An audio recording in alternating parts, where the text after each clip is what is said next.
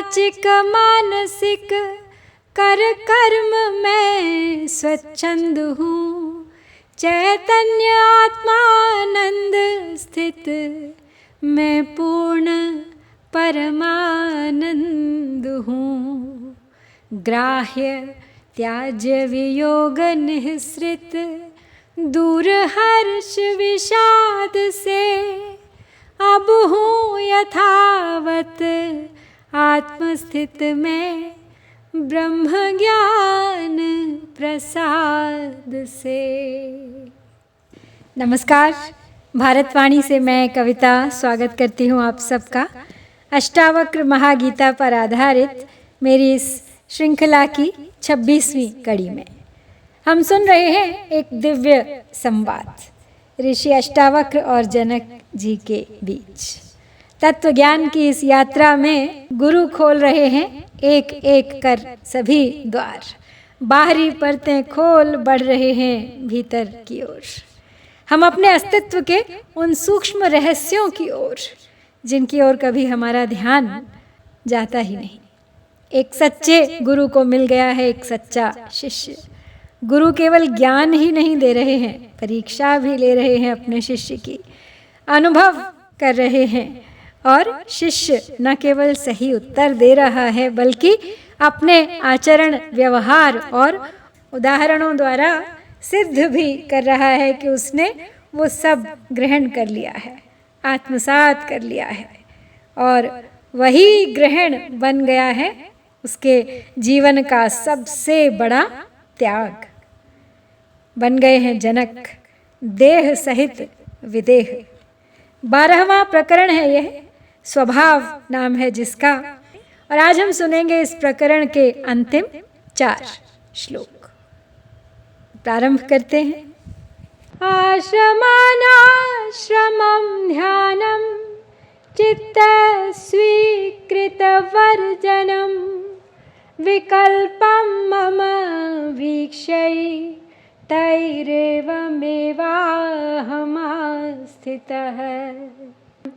आश्रम अनाश्रम ध्यान वर्जन आदि से उन्मुक्त हूँ, इनसे परात्पर आत्म स्थित आत्मा उन्मुक्त हूँ।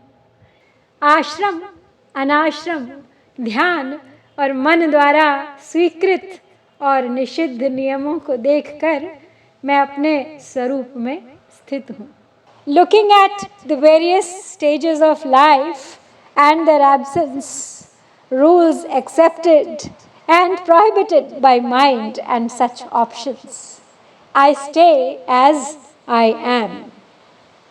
कहते हैं जनक जी कि ब्रह्मचर्य, गृहस्थ, वानप्रस्थ और संन्यास आदि आश्रमों के कर्तव्यों अकर्तव्यों को जानने वाला ध्यानस्थ होकर स्वयं को सभी विषयों से सिकोड़ लेने की योग रूप साधना, विचारों द्वारा चित्त द्वारा स्वीकार किए गए विषयों के त्याग करने की साधना से अपने भीतर उठने वाले विकल्पों को देखता हुआ भी मैं अपने स्वरूप में स्थित हो गया।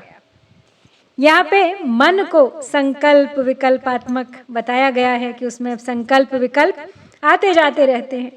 वर्ण आश्रमों के अनुसार कर्तव्यों का विधान शास्त्रों द्वारा किया जाता है।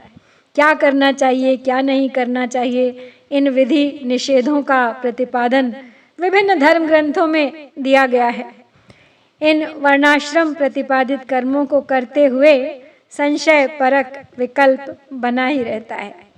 कर्मों के संपादन में जो वृत्ति होती है वो बहिर्मुखी होती है। इंसान सब कुछ करना चाहता है, ये भी कर लूँ, वो भी कर लूँ, एक साथ बहुत सारे काम उसे सामने दिखाई देते हैं। तो ऐसे में अंतर्मुखी होने का विकल्प फिर ऋषि मुनि बताते हैं कि अब बाहर से दृष्टि हटाओ और अब अंतर्मुखी हो जाओ। अंतःकरण की वृत्तियों का निरोध करके अपनी वृत्ति को टिकाना ही ध्यान का अभ्यास है। और इसी को ध्यान कहा जाता है कि बाहर से ध्यान हटाओ और अपने अंदर की यात्रा पर जाओ। ध्यान टिकाए टिकता नहीं, क्योंकि तरह तरह के विषयों की ओर वृत्तियां भागती रहती हैं। तब फिर आचार्य कहते हैं कि चित्त ने जिन विषयों को पकड़ा हुआ है उन्हें छोड़ दो। आत्मस्वरूप में स्थित होने के प्रमुख रूप ये 3 विकल्प हैं।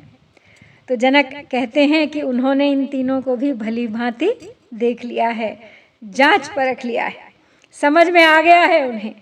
यहाँ पे वीक्ष शब्द का प्रयोग हुआ है। वीक्ष वैसे तो देखने वाले को कहते हैं, दृष्टा को, लेकिन जनक की बात को अगर समझा जाए तो उनका वीक्ष से अर्थ है अनुभव कर लिया है मैंने जान लिया है, समझ लिया है, अनुभव कर लिया है। तो कहते हैं जनक कि अपने स्वरूप को जानकर उसका अनुभव सदैव करते हुए मैं अब वहाँ स्थित हो गया हूँ जहाँ किसी प्रकार का कोई विक्षेप नहीं है। तो इसका अर्थ तो यही हुआ कि जो पुरुष शरीर इंद्रियादिकों से भिन्न, शरीरादिकों के साक्षी विज्ञान स्वरूप, सुख स्वरूप, स्वयं प्रकाश, परम तत्व और अपनी आत्मा को जान लेता है, वह अति वर्णाश्रमी कहलाता है, वर्णाश्रमों से दूर। सो मैं उन सब वर्णाश्रमों से अतीत हूँ, सबका साक्षी हूँ, मैं चिद्रूप हूँ। कर्मानुष्ठानम् अज्ञाना यथैवोपरमस्तथा बुद्ध्वा सम्यगिदं तत्त्वम् एवमेवाहमास्थितः। त्याग और संकल्प मन के मूल में अज्ञान है, ना मन मेरा अब कर्म करता और ना उपराम है। कर्मों के अनुष्ठान रूपी अज्ञान से निवृत्त होकर और तत्व को सम्यक रूप से जानकर मैं अपने स्वरूप में स्थित हूँ। Being aware of the ignorance in performing rituals and knowing the truth properly, I stay as I am. Janak ji कहते हैं अपने गुरु को विश्वास दिलाते हुए कि विभिन्न कर्मों में प्रवृत्ति क्योंकि कामनाओं को लेकर होती है और कामनाएं अज्ञान का परिणाम है, इसलिए जिस प्रकार विभिन्न यज्ञ आदि विहित कर्मों का किया जाना अज्ञान का फल है, बिल्कुल उसी प्रकार कर्मों के परित्याग मूल में भी अज्ञान ही स्थित होता है। इस तत्व को भली भांति जानकर मैं इन दोनों ही प्रकार की स्थितियों से परे रहता हुआ मैं अपने स्वरूप में स्थित हो गया हूँ। कर्मों की प्रवृत्ति का कारण अज्ञान बताया गया है। तो कर्मों से होता क्या है? कर्मों से जो अप्राप्त है उसकी प्राप्ति करना चाहते हैं हम, और अप्राप्त की प्राप्ति के बाद फिर उसका छूटना तो अवश्यम भावी है। जब प्राप्त हो गया तो फिर उस कर्म का क्या होगा? लेकिन अप्राप्त से प्राप्ति के बीच में कर्म साधन में बहुत विक्षेप बने रहते हैं, बहुत रुकावटें, बहुत बाधाएं आती रहती हैं, और जब तक अज्ञान है तब तक अशांति से छुटकारा नहीं। जिस प्रकार प्रवृत्ति दुखदाई है उसी प्रकार निवृत्ति भी दुखदाई है, उसका त्याग भी विक्षेपदायी ही है। अज्ञान के बने रहने पर निवृत्ति की बात की तो जा सकती है, लेकिन प्रवृत्ति से छुटकारा भी तो नहीं होता। तो अज्ञान पूर्वक निवृत्ति जाने अनजाने प्रवृत्ति की ओर मुड़ ही जाती है। अब इसी को जनक तत्व कहते हैं, और कहते हैं कि तत्व बड़ा गूढ़ होता है, गुह्य होता है, अक्सर दिखाई नहीं देता है, रहस्य है यह आध्यात्म का। तो जनक कहते हैं कि इस तत्व को, इस रहस्य को भली भांति जानकर मैं इस अपने स्वरूप में स्थित हो गया हूँ। कर्म के इस रहस्य को जो जानता है वही सिर्फ आत्म तत्व को जानता है, और उसमें वो ही स्थित रह सकता है। सम्यक जानने का अर्थ है निष्पक्ष भाव से जानना, बिल्कुल किसी की तरफ भी कोई झुकाव नहीं, जो जैसा है उसे उसी रूप में जानने का नाम है सम्यक बोध। अक्सर हम किसी को अपने नज़रिए से जानते हैं, लेकिन जनक ने कर्म के इस रहस्य को निष्पक्ष भाव से गहरे में अनुभव कर जाना है। सम्यक का एक अर्थ अतियों के बीच में खड़े होना भी है, मध्यम मार्ग, बिल्कुल वैसी ही स्थिति जैसी वीणा के तारों की होती है, कसाव भी और ढील भी, दोनों अति स्थितियों के बीच की स्थिति है सम्यक। साइंस की भाषा में जिसे कहेंगे हम बैलेंस, इक्विलिब्रियम। अचिंत्यम चिन्त्यमानो अपि चिन्तारूपं भजत्यसौ त्यक्त्वा तद्भावनं तस्मात् एवमेवाहमास्थितः।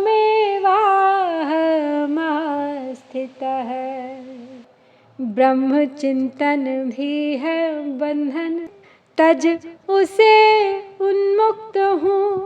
आत्मा ही मैं हूँ प्रतिष्ठित, आत्मा से संयुक्त हूँ। अचिंत्य के संबंध में विचार करते हुए भी विचार पर ही चिंतन किया जाता है। अतः उस विचार का भी परित्याग करके मैं अपने स्वरूप में स्थित हूँ।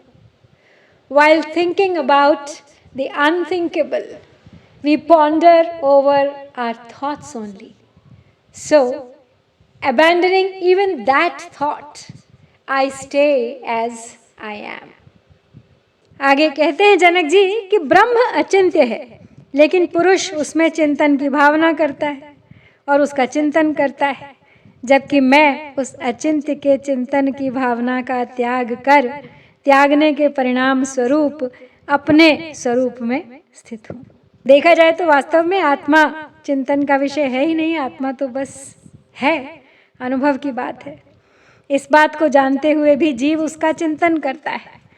अचिंत्य को चिंतन का विषय बनाने के लिए वो भावना का सहारा लेता है, साकार और सगुण उपासना करता है। आराधना में भावों की इसीलिए प्रधानता है।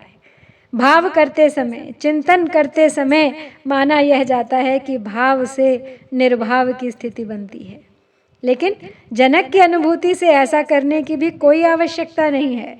अनुभव बताता है कि उस भाव में ही साधक बंध जाता है और जो जैसा है उसे वैसा जानने समझने के लिए भाव करने की क्या आवश्यकता, उसे उसी रूप में क्यों न देखा जाए जैसा कि वह असल में है। इसीलिए अचिंत्य को चिंतन का विषय बनाने की भावना बनाने और फिर उसके छोड़ देने की बात को नकारते हुए जनक जी कहते हैं कि वो अपने स्वरूप में स्थित हैं। अब सवाल है भाव से भी भाव रहित होने का, विचार से निर्विचार होने का। इसके पक्ष को शास्त्र एक युक्ति देते हैं। इसके पक्ष में कहते हैं कि जिस प्रकार पाँव में चुभे कांटे को निकालने के लिए दूसरे कांटे का सहारा लिया जाता है और कांटा निकल जब जाता है तो फिर दोनों का परित्याग कर दिया जाता है, निकालने वाला कांटा भी और जिसे निकाला गया है उसे भी। उसी प्रकार सगुण साकार का आश्रय लेकर मूर्ति आदि साधनों का बाद में सहज रूप से परित्याग हो जाता है। लेकिन यदि कांटा हो ही ना तो क्या होगा? अन्य कांटों के अस्तित्व की स्वीकृति कर रोगी एक अन्य वेदना का शिकार हो सकता है। इसीलिए वेदांत के आचार्यों ने कहा कि जीव को उलझाना ठीक नहीं है, उसे सीधे सच्चे समझ लेना चाहिए कि वह स्वयं आत्मा ही है, शेष सब मिथ्या है। एवमेव कृतं येन स कृतार्थो भवेदसौ एवमेव स्वभावो यः स कृतार्थो भवेदसौ। यदि आत्मवत ही स्वभाव स्वतः वह तो कृत धन्य है, ज्ञानी है वे भी स्वयं पाए या कि साधन जन्य है।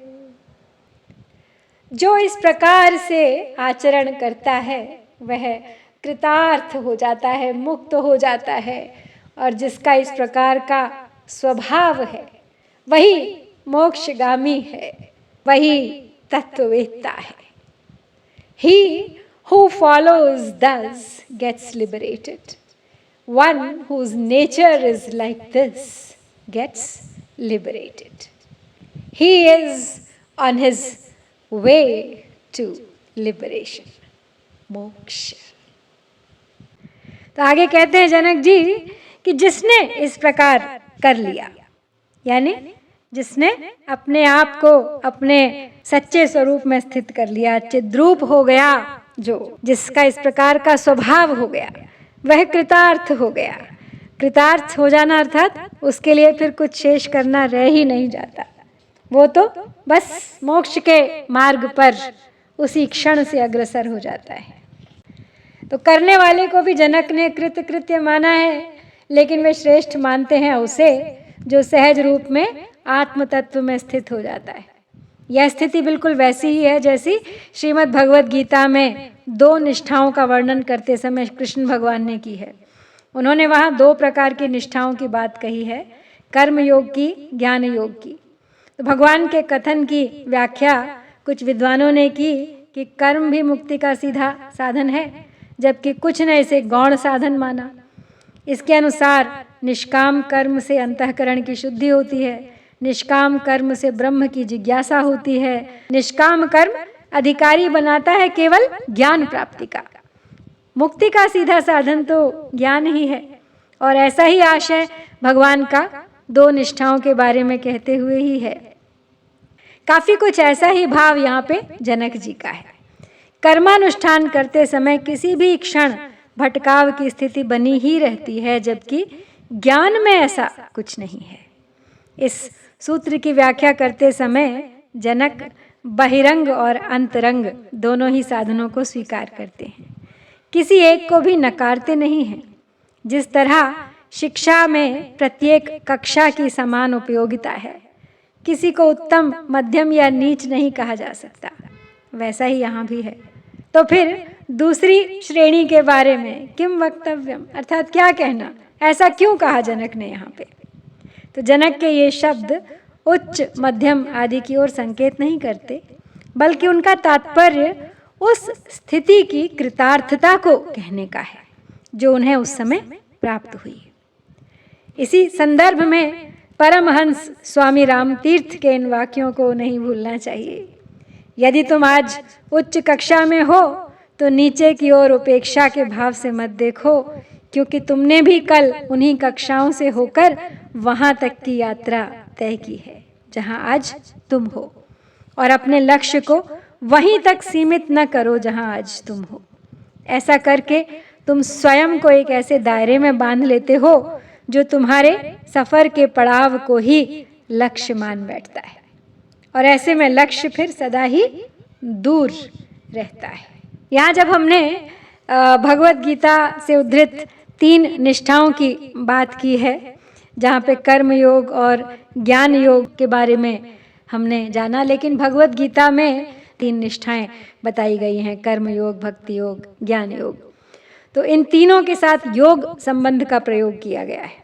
आइए समाप्त करने से पहले इस बारे में थोड़ा जान लेते हैं। तुलना उनकी की जा सकती है जो अलग अलग हों। स्थूल से सूक्ष्म की ओर जाने की प्रक्रिया का प्रतिपादन है शास्त्रों में। सूक्ष्म की ओर यदि एकदम संकेत किया जाए तो वो दिखाई नहीं देता। श्री कृष्ण ने अर्जुन को इसीलिए दिव्य दृष्टि दी थी ताकि वो विश्व रूप को देख सके।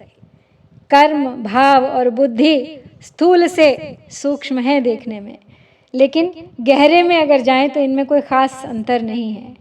कर्मेंद्रियों और ज्ञानेंद्रियों की यदि मीमांसा की जाए, शारीरिक मानसिक कर्मों की यदि विवेचना की जाए, सीखना, प्रत्यक्षीकरण, संवेदना आदि की यदि सूक्ष्म मीमांसा की जाए, तो यह बात बिल्कुल स्पष्ट हो जाती है कि कर्म, भाव और ज्ञान में असल में कोई अंतर नहीं है। तीनों साधन से सिद्धि प्राप्त महापुरुषों के जीवन में इसीलिए कोई अंतर नहीं होता। योग का अर्थ ही है कुशलता।